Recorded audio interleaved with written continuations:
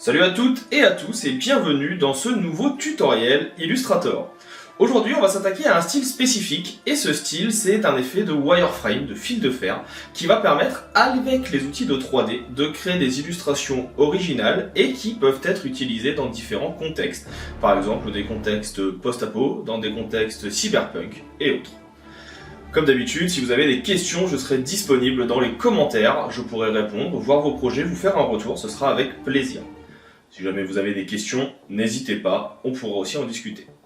J'espère en tout cas que cette vidéo vous plaira. Si c'est le cas, vous pouvez liker, partager, vous abonner, ça permet à la chaîne de continuer à se développer et à moi de vous proposer de nouveaux contenus.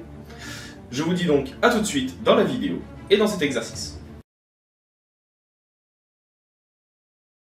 Attaquons donc à notre petit effet de wireframe. Je vais vous montrer deux techniques qui existent pour vous expliquer comment ça marche. Dans un premier temps, je vais venir ici faire un fond sur ma composition, avec non pas un contour noir, mais un fond qui sera un petit peu plus gris, comme ceci. J'aime bien donner un petit côté bleuté aussi, c'est toujours sympa. On va ensuite prendre notre outil de pinceau, qui est ici. On va venir double-cliquer et avoir quelque chose qui soit arrondi. De cette façon, quand je vais venir dessiner, je vais pouvoir venir faire des formes assez sympas. Attention, je vais venir ici, non pas, c'est une erreur de ma part, le faire au pinceau d'ailleurs, ça sera avec le qui est ici. Pourquoi le crayon? Parce que ça va me permettre d'avoir quelque chose qu'on pourra fermer plus facilement. Et surtout, c'est beaucoup plus lisible. Donc là, vous voyez, je vais venir faire une forme que je vais fermer au crayon. Puis on va venir en faire une autre ici. Hop. Pensez bien à venir la fermer, ce que je n'ai pas forcément fait ici. Puis ensuite, on va venir en faire une autre à cet endroit. On peut en faire une autre à cet endroit, etc. À tout moment, on peut revenir ici, donc bloquer notre arrière-plan, et faire un CTRL A pour voir les différentes formes. Ça permet de voir où on en est, et puis si besoin, de pouvoir venir en réaliser d'autres. Surtout, ça me permet de voir les endroits que j'aurais ratés. Pour que ce soit plus visible encore, vous pouvez même venir leur donner une couleur.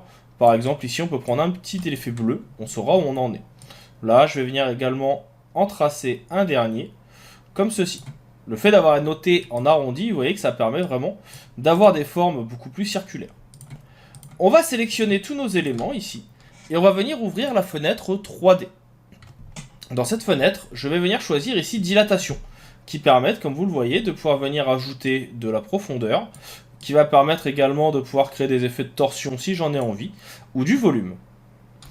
À partir du moment où j'aurai fait cela, je vais pouvoir venir ici cliquer sur développer en structure filaire.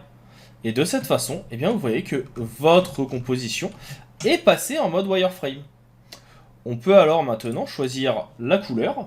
Donc là par exemple, je peux venir prendre du bleu. Je vais pouvoir venir également augmenter la taille des contours si j'en ai envie. Et ainsi avoir un effet graphique wireframe qui se met en place. Alors je vois par exemple que j'en ai un ici qui n'a pas fonctionné. Donc n'hésitez pas à revenir en arrière avec un CTRL Z et à bien vérifier que quand vous faites le tout, vous avez sélectionné l'intégralité des éléments. On refait la dilatation ici. Ce qui avait manqué, c'est que comme je n'avais pas mis de couleur sur le dernier, eh bien il n'a pas été pris en compte. Donc pensez bien à y mettre une couleur, quelle qu'elle soit, hein. Donc là on va venir avec notre pipette reprendre la même couleur que les autres. Dilatation. En augmentant la profondeur, vous allez augmenter tout simplement les effets graphiques. Et si vous venez tourner un petit peu vos formes, ça sera pris en compte également. Donc faites bien attention à ce qu'il n'y ait pas trop de superposition sur elles. On développe notre élément. On remet ici en bleu pour le contour. Et là, on a notre effet qui est fonctionnel.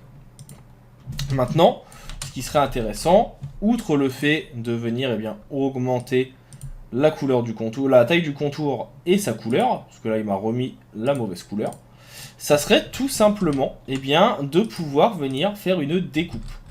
Donc cette découpe, j'essaie de retrouver ici le bon paramétrage, voilà, et donc on a dit en bleu. Cet effet de découpe, pour le créer, c'est relativement simple. Vous allez prendre ici une forme, quelle qu'elle soit. Je vais venir ici me mettre sur la forme de mon élément, de mon plan de travail. Et une fois que j'aurai la bonne forme, on va le remettre ici en bleu, hein, c'est pour couvrir. Je vais prendre ma flèche noire, je vais appuyer sur la touche Alt et sur la touche Shift pour venir réduire la forme. À partir de là, on fait un CTRL A. Ça permet de sélectionner l'intégralité de notre forme. Clic droit et on va faire un masque d'écrêtage. Et de cette façon, l'effet de wireframe maintenant n'est plus visible que dans le rectangle. À tout moment, on peut venir resélectionner tous nos éléments qui sont écrêtés ici. Donc là, vous voyez, je les sélectionne les uns après les autres. Tout simplement pour pouvoir permettre, si j'en ai envie, de pouvoir augmenter la taille. Donc ça, c'est le premier effet de wireframe qui est un peu sympa qu'on peut créer. Le deuxième effet, je vais le faire à côté. Ça va permettre de venir, par exemple, créer une forme graphique. Imaginons que je crée une sorte de forme de champignon. Donc là, ici, j'ai ma petite forme. Et je vais la mettre en révolution. Cette forme se met en place. Et au final, j'aimerais avoir quelque chose qui soit peut-être un peu plus arrondi sur le dessus. Ou au contraire, d'avoir quelque chose qui soit un peu plus éloigné. Ici, je vais venir rajouter un point avec ma plume. Point qui va me permettre de pouvoir venir, tout simplement accentuer un effet de champignon, comme je le disais juste avant. Ce point ici, je vais pouvoir venir l'éloigner et l'arrondir. Donc pour ça, oui, je sélectionne, j'ai l'effet d'arrondi. Peut-être que je vais pouvoir venir déplacer également le point en bas. Et puis, pour ce qui est ici, on va venir redescendre ou remonter le tout et accentuer notre effet d'arrondi. Donc là, je fais vraiment une forme un peu différente de ce qu'on a l'habitude de voir, mais qui me plaît bien. Et puis, cette forme, je vais pouvoir elle-même la transformer en développement de structure filaire. Et donc, je vais avoir un élément qu'on va pouvoir venir utiliser, qui sera lui-même utilisable en blanc, en noir ou autre, et qui permettra d'avoir une structure filaire. On peut venir avec un CTRL Z en arrière. Pourquoi? Tout simplement parce que je veux avoir un autre angle, et c'est aussi possible. Je veux enlever le creux qui est à l'intérieur, donc pour ça on reprend la flèche blanche. Le creux, il est dû à un élément spécifique qui va être à cet endroit, c'est-à-dire ce point qui est ici. On va pouvoir venir le réduire, le remodifier, accentuer notre creux à l'intérieur, histoire de trouver d'où il peut venir. En général, c'est dû à un point spécifique. Donc là, je ne sais plus forcément lequel c'est.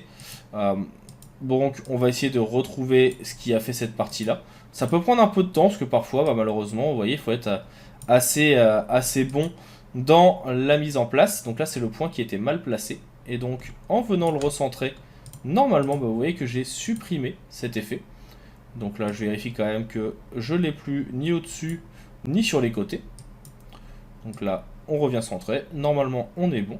Je peux faire un CTRL Y normalement qui permet de visualiser le tout. Et surtout, comme on l'a vu juste avant, on peut faire ici un développement en structure filaire. Et on a notre forme qui apparaît et qu'on peut utiliser. On la met en blanc, parce que c'est toujours plus sympa. On vérifie la taille. Là, peut-être qu'à 75, c'est un peu trop haut. En 0,5. Et puis, de cette façon, vous avez votre objet que vous pouvez utiliser et que vous pouvez déplacer. Et si vous voulez vérifier avant même de faire ici le développement en structure filaire, comme j'ai pu le faire ici, vous avez normalement la possibilité de pouvoir faire un rendu en amont. En venant cliquer sur le bouton qui est ici, vous cochez structure filaire, vous cochez le bouton qui est ici. Ça va permettre à l'objet d'être rendu en termes de matière. Ça peut prendre un peu de temps, le temps de faire ce rendu justement. Mais ça vous permettra par la suite de pouvoir avoir le rendu. Donc là, je coche structure filaire. On attend quelques instants. On vient décocher. Et normalement, il est censé nous le donner et nous le montrer. Alors là, je vois qu'il n'a pas voulu le faire tout de suite. Mais ça va venir normalement. Si ça ne marche pas, il suffira d'attendre un petit peu.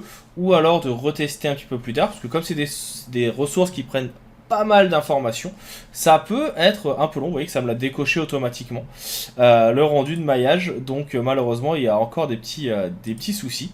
Et donc là je clique sur rendu, voilà, et donc là ça me permet d'avoir mon effet, de voir à quoi ça ressemble, de pouvoir venir modifier si j'en ai besoin mes points avant même de faire le développement final.